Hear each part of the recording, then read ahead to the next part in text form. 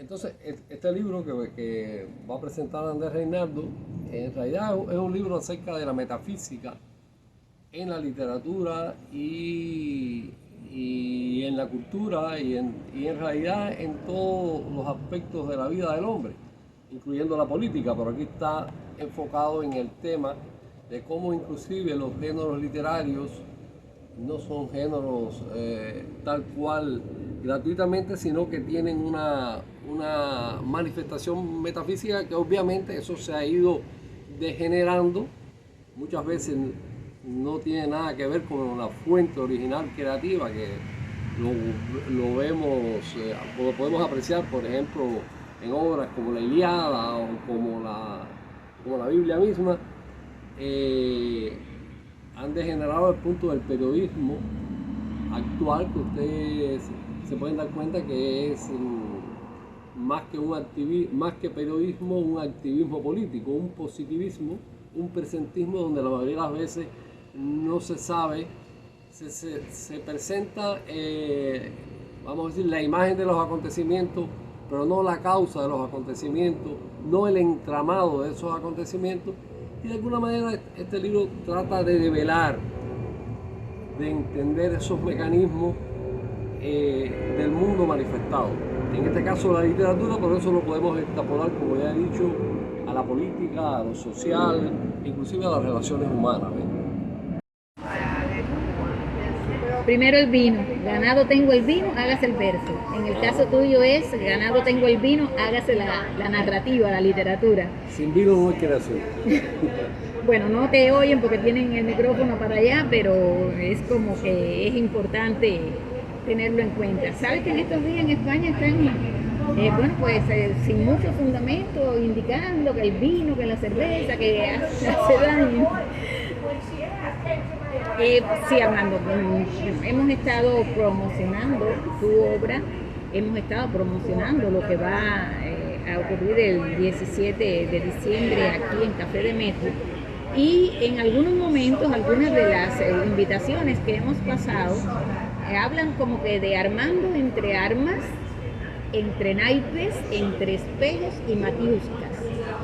Y entonces, bueno, pues lo de armas también tú lo vas a adelantar muy breve, pero de lo demás, bueno, tiene que ver con tu obra, con los títulos de tus obras y las constantes en tu vida, pero me gustaría que a esta que le hemos agregado, lo de las matiuscas, me digas a qué obedece. Bueno, lo de las armas es bastante obvio, lo del apellido, ¿no? No. Otra cosa es que realmente siempre he estado rodeado de armas y a punto que he escrito un relato que acaba de salir en Argentina que se llama El alma de las armas, porque analiza eso, que cada arma tiene su alma, su espíritu, y de eso va esa novela corta, que es lo que es en definitiva, acaba de salir ahora en Argentina con motivo de la feria del libro de Argentina. Bueno, lo de los espejos, creo que tiene que ver con el libro que publiqué desde el 2011, que de alguna manera, o de todas las maneras, anuncia el cambio de época que ya estamos viviendo y que en aquella época mucha gente pensaba de que era aventurado hablar de un cambio de época, y en realidad el cambio está ocurriendo más rápido de lo que yo mismo pensaba. Yo no quería que fuera a ver ese cambio, lo estoy viendo, quizás no en el sentido de que yo lo veía, pero igualmente cuando las cosas se mueven y empieza un movimiento epocal, es muy aventurado pensar cuál va a ser la conclusión, y a lo mejor al final sí es en el sentido que yo lo veía, que es un sentido de orden frente al orden tecnocrático que está surgiendo en el mundo occidental.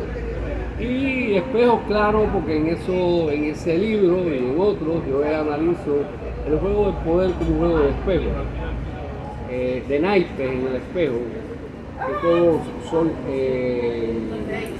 imágenes distorsionadas de la realidad, y que es muy difícil llegar al meollo del asunto si tú no estás alerta. Decía Krishnamurti, el gurú y pensador hinduista, ante una pregunta acá en Estados Unidos, en una conferencia, que era lo principal para el hombre, y él decía, aware, estar alerta, estar alerta. Y así solo es que uno puede desempeñar un poco este juego de espejo, que es el mundo político, sobre todo en el mundo moderno a partir de la Revolución Francesa y ya un poco antes de la Revolución Protestante, en que empiezan a ser sustituidos los valores considerados antiguos por los valores modernos, que no es más que sustituir el poder de las monarquías por el poder de la banca. Eso fue lo que ocurrió en definitiva a partir de la muy cantada Revolución Francesa. Y bueno, lo de las matriuscas no es que yo tenga una vocación rusa, ni mucho menos.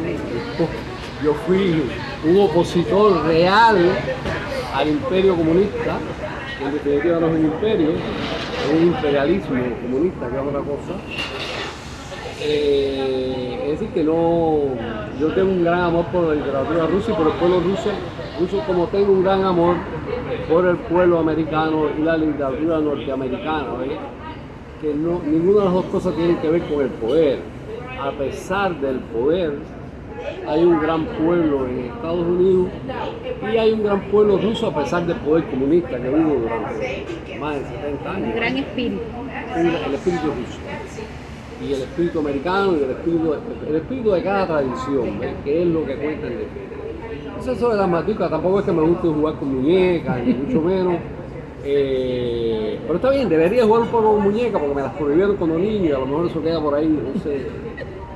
Pero bueno, las matriuscas es porque, como tú sabes, las matriuscas es un juego de uno dentro de lo otro, es un recipiente, que es una figura femenina dentro de la otra, que no es más que un universo dentro de un universo, dentro de otro universo. Y de alguna manera, la literatura mía de Mala Jugada, y La Tabla, que es mi primer libro escrito,